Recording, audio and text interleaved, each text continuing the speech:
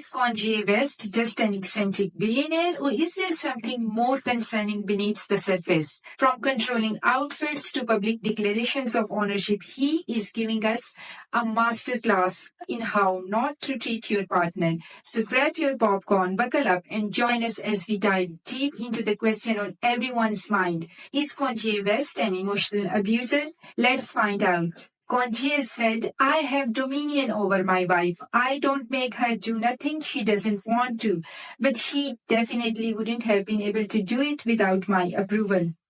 This statement is a contradiction disguised as justification. On one hand, Kanye claims he doesn't force his wife to do anything against her will. On the other, he openly admits that she needs his approval, making it clear that he holds the final authority in the relationship. This creates a power imbalance where she may appear to have freedom, but ultimately he controls the decisions. By using the word dominion, Kanye frames his role as one of ownership or rule.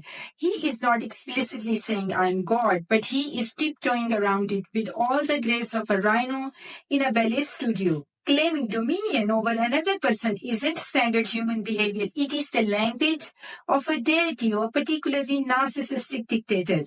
Paired with his pronouncements on free will, it creates a bizarre mix of supposed benevolence and absolute control, reeking of a god complex. He is playing with fire, flirting with blasphemy without fully committing, like a child pretending to be a Superman, but insisting he's just really good at jumping. It is transparent, tiresome, and yet another desperate attempt to grab attention. Kanye is positioning himself as the ultimate authority in his marriage while trying to soften the impact by insisting she still has a choice. This is classic control repackaged as guidance and protection.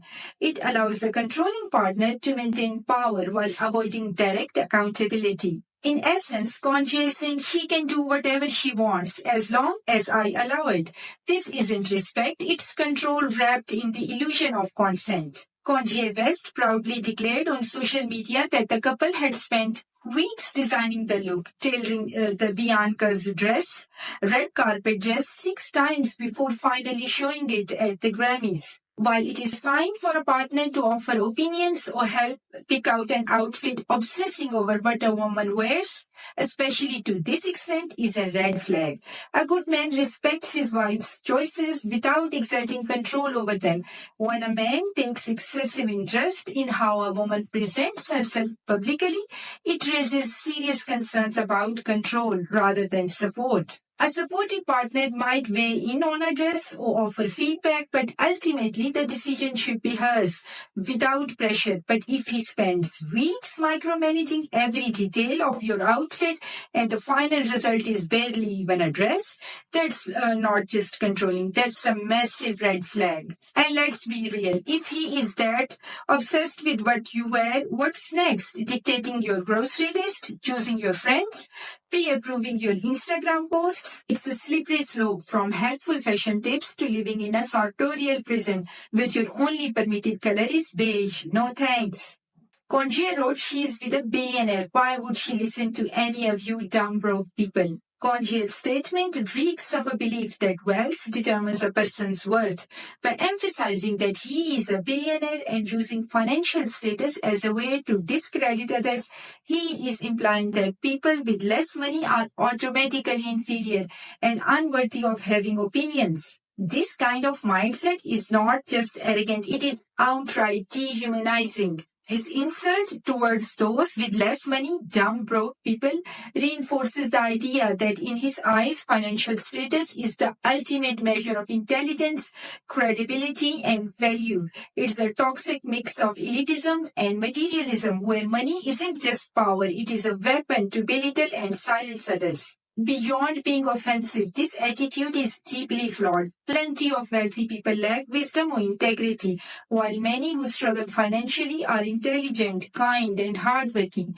Reducing people to their bank accounts is not only ignorant, but also insulting to anyone who values character over cash. At its core, this statement is just another tired display of elitism wrapped in a tantrum. It is the verbal equivalent of a toddler stomping his feet and shouting, "I'm better than you because my toy is shinier." Except in this case, the toy is a bank account and the tantrum is broadcasted to millions. Contier said, "I can analyze people's intentions immediately. That's just a warning to everyone." This statement drips with narcissistic confidence. It is less about truth and more about self-importance.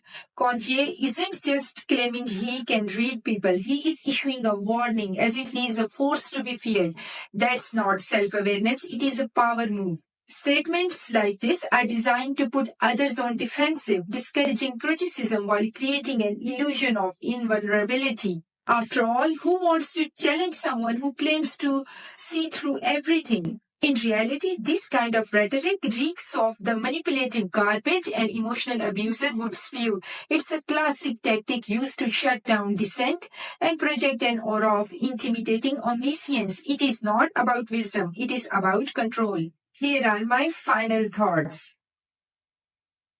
Diagnosing from afar is tricky, but let's just say if there were an Olympic sport for exhibiting red flags in a relationship, Contier would be a gold medalist. His public pronouncements about Bianca aren't exactly screaming healthy, respectful partnership. They're more like a neon sign flashing, "Run, Bianca, run." Reducing your partner to a possession? Check. Controlling her choices under the guise of love? Check. Dismissing the concerns of literally everyone else? Check, check, check. It's like he's working his way through the emotional abuser's bingo card with alarming speed. Emotional abuse is insidious and it often hides behind a mask of care, but Contier's mask seems to be slipping, revealing something less Prince Charming and more, well, let's just say we are a little worried about Bianca. Someone needs to tell her about my channel. Knowledge is power, and in this case, it might be the only thing standing between her and a lifetime supply of foam runners, which, let's be honest, no one needs that much foam or that much control. So what do you think? Are Contier's statements just over-the-top theatrics, or do they reveal a deeper pattern of control? Let me know in the comments, because one thing is for sure, relationships should be built on respect, not dominion. If you found this breakdown insightful, don't forget to like, subscribe, and hit that bell so you won't miss more deep dives into emotional abuse and manipulation. Stay aware, stay strong, and I'll see you in the next video.